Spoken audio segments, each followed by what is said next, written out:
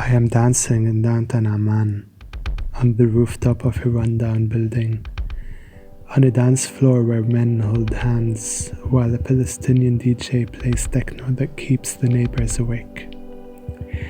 Around me are constellations of young people grooving and moving to an edgy new sound. We've come here to dance. The night is young and we are ready. Every human is born with a song. The song holds the seed. The seed becomes the grounds on which we surrender to the dance. When I dance, I access a state of being that makes me more susceptible to revelation, which is why, perhaps unsurprisingly, the best lines of poetry come to me when I'm dancing, which is also why I go prepared, phone fully charged or a little notebook in my back pocket, just in case, because you never know when revelation strikes, much like you never know how revolutions really start. On the dance floor, we travel in our imaginations to places we've never been. The imagination is a fertile place. It is the land of poetry. In this land, everything speaks and wants to be spoken. This is my motherland. Here, I can sing my song.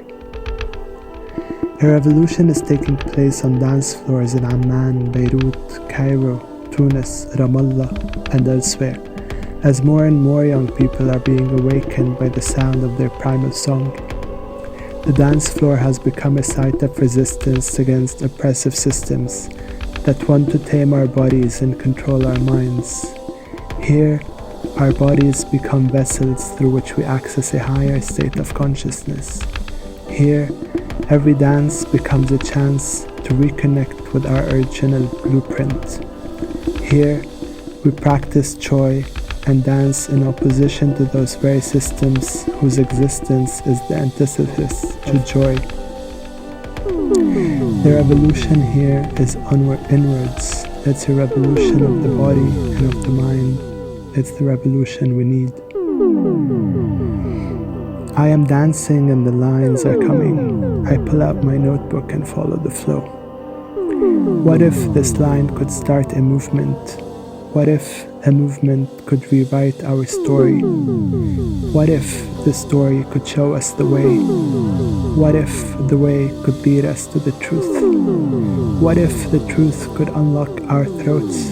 What if our song could cast a spell? What if our spell could shatter the illusion? I am writing these lines on a dance floor in Amman 2 weeks before the revolution in Beirut sparked its fire. 2 weeks later, on October 17th, I boarded a flight back home. I was without a phone, so I'd arranged for a cab to pick me up from the Beirut airport and asked him to await me at the arrival sections with a sign bearing my name. 50 minutes later, I am at an empty airport in Beirut looking for a man holding a sign I could not find. I'd been looking for signs for the past 10 years, signs to help me orbit around the planets in my head, signs from my fate or my future, signs I could not possibly reason with, signs I conveniently choose to follow or forget. Today I am looking for a sign holding my name that will take me home. At home, everything was on fire. The roads, our rage, a million voices. At home, all the signs were saying one thing. This is it. This is the revolution our parents have long waited for. The revolutions we grew up longing for.